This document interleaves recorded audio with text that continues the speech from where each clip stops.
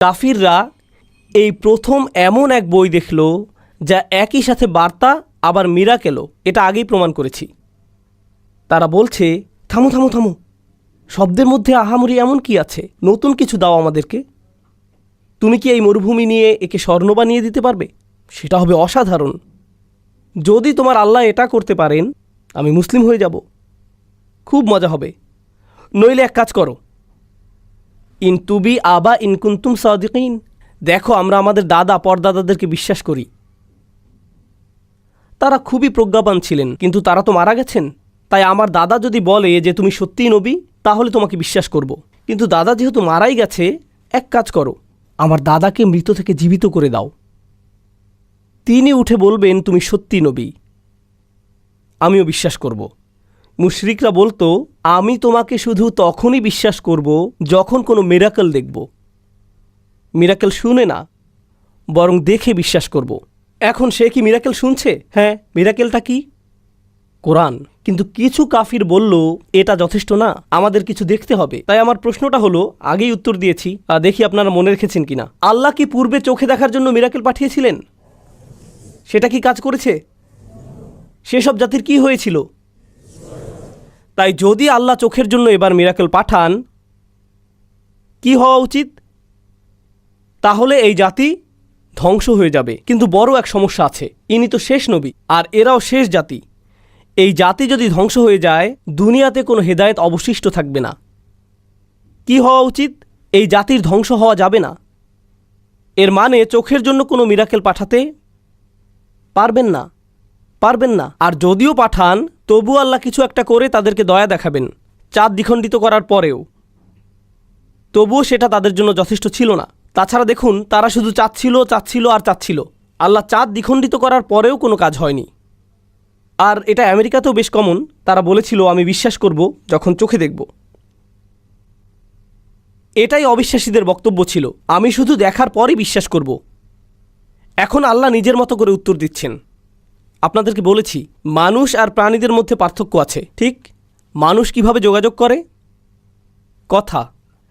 হাস্যকর উদাহরণ দিচ্ছি, তবে ব্যাপারটা আপনারা বুঝতে পারবেন। হাইওয়েতে ড্রাইভিং করছেন, রেডিও শুনছেন।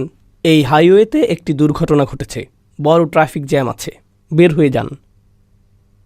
সেটা 10 মাইল দূরে। আপনি কি দুর্ঘটনাটি দেখেছেন? না। আপনি কি এখনও জ্যামটি দেখেছেন? না।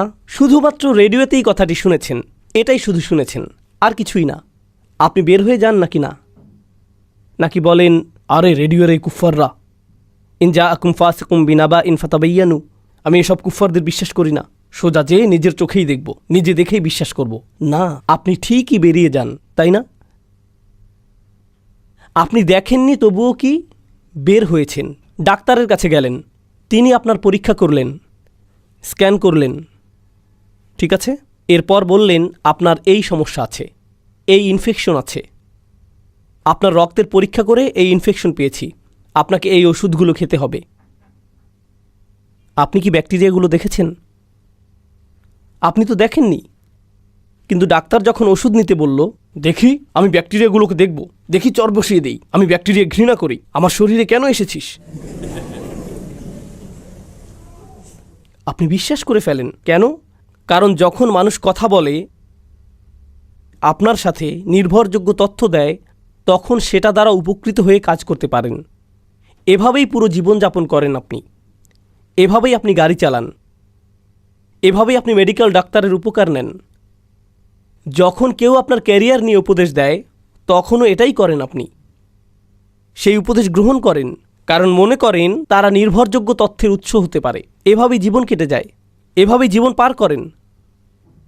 আপনি এভাবে জীবন কাটান না যে আমি বিশ্বাস করব যখন নিজের চোখে দেখব। আমি এখন ইসলাম নিয়ে কথা বলছি না, আপনার জীবন নিয়ে কথা বলছি। আপনি নিজ চোখে দেখেই শুধু বিশ্বাস করব এমনভাবে চলেন না, এমনটা করেন না। দেখুন, কেউ যখন বলে, আপনার মা যখন বলে, ওই যে আগুন, ধরবে না, পুড়ে যাবে, হে হে, ধুর, যখন পুড়ব তখনই বিশ্বাস করব। আপনি ধরবেন না, আর যদি ধরেও ফেলেন, দেরি হয়ে গেছে। আমাকে থামাওনি কেন? আরে তোমাকে বলেছি তো, সেটাই তো যথেষ্ট হবার কথা। এখন ধরুন, আপনি কোনো মানুষ না, আপনি একটা বানর। আর আমি বানরকে বললাম, হেই বানর, আগুনে হাত দিবা না, পুড়ে যাবে। বানর তো কথা বোঝে না, তাই বানর শুধু তখনই শিখবে যখন অভিজ্ঞতা হবে। যদি এই ভবনে একটা ফায়ার অ্যালার্ম থাকে, লেডিস অ্যান্ড জেন্টলম্যান, এই ভবনে আগুন লেগেছে, দয়া করে শান্ত ও ধীরস্থিরভাবে একটি কাতার করে বের হয়ে যান। হ্যাঁ, আমরা মুসলিম, তাই এক কাতারে বের হব না, কিন্তু তবুও যদি এই ঘোষণা শোনেন তবে কি করবেন? আপনি বের হয়ে যাবেন। কিন্তু ভবনে যদি একটি বিড়াল থাকে বা একটা ইঁদুর থাকে, কোনো একটা মাছি আছে এখানে, সবাই একই ঘোষণা শুনছে, কিন্তু তারা কি চলে যায়? প্রাণীরা সতর্কতা সংবাদের সুবিধা ভোগ করতে পারে না। প্রাণীরা শুধু তখনই বোঝে যখন আগুন যথেষ্ট গরম হয়ে যায়। ও দেখেছি, অনুভব করেছি, এখন পালাতে হবে। কাফিররা আমাদের নবী সাল্লাল্লাহু আলাইহি সাল্লামকে বলেছিল, আমরা শুধু তখনই বিশ্বাস করব যখন দেখব।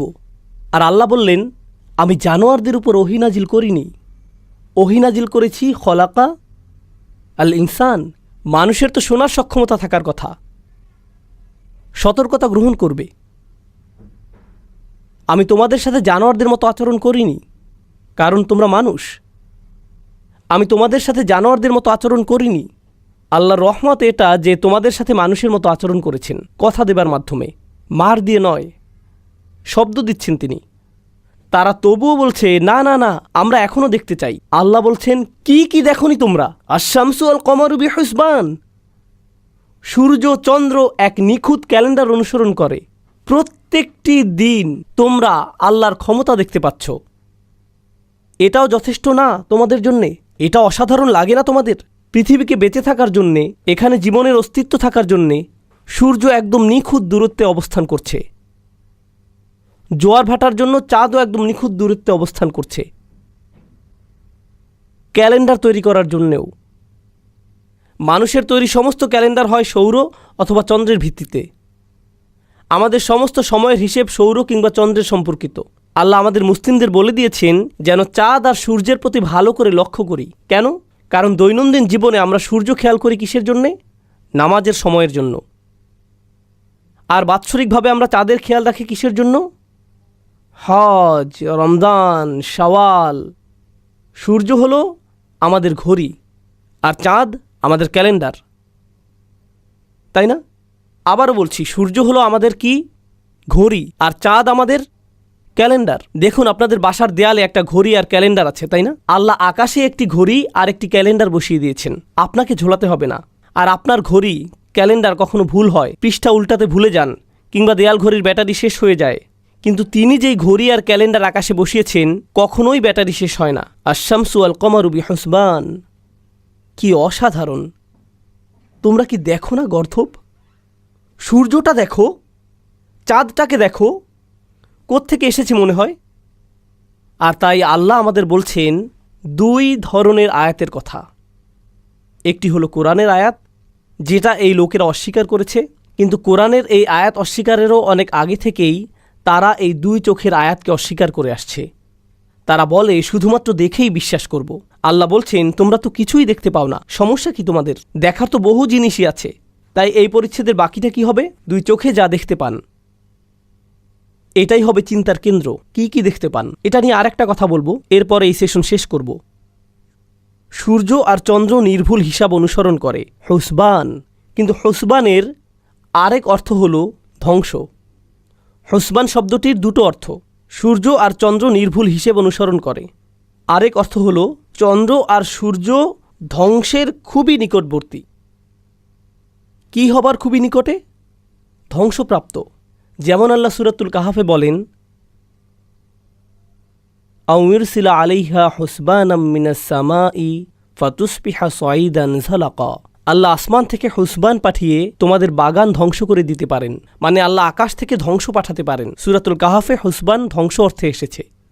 তাহলে এখানে দুটো অর্থ, একটি হলো সূর্য আর চন্দ্রের নির্ভুল হিসেব আছে, অন্য অর্থটি হলো সূর্য আর চন্দ্র কি হতে যাচ্ছে? ধ্বংস। আপনাদেরকে বলি কেন এই অর্থটা গুরুত্বপূর্ণ। বিচার দিবসের সবচাইতে বড় নিদর্শন কি?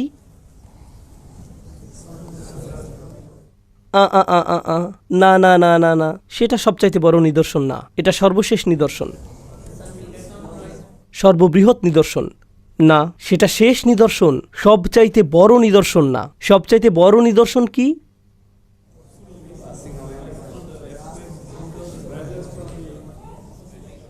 না, পশ্চিম দিক থেকে সূর্য ওঠা না। ঠিক, একজন ঠিক বলল। শেষ নবী, শেষ রাসূল চলে এসেছেন, সেটাই হচ্ছে বিচার দিবসের সর্ববৃহৎ নিদর্শন। বাকি সব নিদর্শন সেটার চাইতে ছোট। শেষ রাসূল মানে এরপর আল্লাহ আর কোনোই যোগাযোগ করবেন না, এটাই যথেষ্ট। কোন দিন পর্যন্ত? বিচার দিবস। এর অর্থ হলো আমরা মানব ইতিহাসের সর্বশেষ অধ্যায়ে বসবাস করছি। আমরা এখন এই বইয়ের শেষ অধ্যায়ে আছি, এই দুনিয়ার গল্পের এখানেই আমরা আছি এখন। কার কার মনে আছে আগের সূরা কিভাবে শুরু হয়েছিল? আগের সূরা সূরাতুল কমার মনে আছে? চন্দ্র বিদীর্ণ, কিন্তু আল্লাহ চন্দ্রের দুভাগ নিয়ে শুরু করেননি। তিনি বলেছেন ইকতারাবাতিস সাআতু আনশাক্কাল কমার, সময় ঘনিয়ে এসেছে। আর চন্দ্র দুভাগ হয়েছে। সময় ঘনিয়ে এসেছে কারণ এই চাঁদের বিদীর্ণকরণ মিরাকেল কাকে দেয়া হয়েছে? রাসূলুল্লাহ সাল্লাল্লাহু আলাইহি ওয়াসাল্লাম। কোরআন শেখানো হচ্ছে। কোরআন কাকে শেখানো হচ্ছে? রাসূলুল্লাহ সাল্লাল্লাহু আলাইহি ওয়াসাল্লাম। কোরআন আর রাসূলকে আলাদা করা যায় না। তিনি যে কোরআন শিখিয়ে ফেলেছেন, এর মানেই হলো আমরা এই গ্রহের একদম শেষ সময়ে আছি। আর যখন সেটা হবে, আল্লাহ মূলত বলছেন সূর্য আর চন্দ্র ধ্বংস হতে যাচ্ছে, তোমাদের হাতে খুব বেশি সময় নেই। আল্লাহ খুবই দয়াময়, খুবই প্রেমময়। তিনি আপনাকে কোরআন দিয়েছেন, তবে আপনার হাতে বেশি সময় নেই। তাড়াতাড়ি সিদ্ধান্ত নিন। সূর্য আর চন্দ্র খুব বেশিক্ষণ আর অপেক্ষা করবে না। আপনি জানেন না কোন সময় হয়ে যাবে। আশ-শামসু ওয়াল কমারু বিহুসবান, এটাই পরের আয়াত বুঝতে সাহায্য করবে। পরের আয়াত নিয়ে এত বেশি তাফসীর আছে যে তারা আর গাছ, ওয়ান নাজমু ওয়াশ-শাজারু ইয়াসজুদান, মানে তারা আর গাছ কি করছে? সিজদা। এই আয়াতের অনেকগুলো ব্যাখ্যা আছে, আমি সবগুলো বলবো না, শুধু একটি বলছি আপনাদের। তারা আর গাছ সিজদা দিতে যাচ্ছে। যখন কেউ সিজদা দিতে যায় তখন কি করে? পড়ে যায়, পড়ে যায়। বিচার দিবসে তারা খসে পড়বে কিনা? হ্যাঁ, গাছেরা বিচার দিবসে পড়ে যাবে কিনা? যাবে। ইতিমধ্যে শুরু হয়েছে, ইতিমধ্যে চলে এসেছে। প্রস্তুত হয়ে যান বিচার দিবসের জন্য। যখন অন্নাজমু ওয়াশ-শাজারু ইয়াসজুদান, এখন এটা দেখুন, এখানে দেখুন, কেন গাছ আর তারা? গাছ আর তারার সাথে কি সম্পর্ক? কোরআনে অন্য আয়াতেও এদের একত্রে রাখা হয়েছে। আপনাদেরকে কিছু বলি, অন্যান্য আকওয়ালও আছে যে এটা ঘাস ইত্যাদি, কিন্তু যেটা আমার সবচাইতে বিশ্বাসযোগ্য লাগে সেটা বলছি। রাতের বেলা আরবদের কাছে সবচাইতে সুন্দর জিনিস কি ছিল? তারা। কেন জানেন? কারণ দেখার মতো তাদের কাছে অন্য কিছুই ছিল না। বর্তমান কাতারের মতো তো দেখতে ছিল না সে সময়ে, তাই না? তখন এমন ছিল কিছুই না। আর তারা দিনের বেলা কিছুই ছিল না দেখার মতো, কিন্তু অনেক দূরে একটা কি দেখা যায়? একটা মাত্র গাছ। দিনের বেলা একমাত্র সুন্দর জিনিস ছিল সেই গাছটি, আর রাতের বেলার একমাত্র সুন্দর জিনিস ছিল তারা। আর সুন্দর কিছু হলেই আমাদের মনোযোগ কাড়ে, আর আল্লাহ তাদের মনোযোগের দুইটি জিনিস নিয়ে বলছেন, তারা পড়ে যাবে সিজদাতে। অন্নাজমু ওয়াশ-শাজারু ইয়াসজুদান, এটাই আল্লাহ করেন। তো তিনি মানবতাকে বলছেন শেষ সময় আরও আরও আরও কাছে চলে এসেছে, একদম প্রস্তুতি গ্রহণ করো। আল্লাহ প্রচণ্ড দয়ালু, কিন্তু সব সময়ের জন্য নয়, চিরকালের জন্য নয়। এটা একসময় শেষ হবে, খুব শীঘ্রই আল্লাহ সীমা বসিয়ে দেবেন। আল্লাহ আজ্জা ওয়া জাল্লা আমাদেরকে সেই দিনের জন্য প্রস্তুত করুন। আমি আপনাদেরকে 10 মিনিট দেব, ছেলেদের পালাইবার। আমি এখানেই বসছি। 10 মিনিট মানে 10 মিনিটই।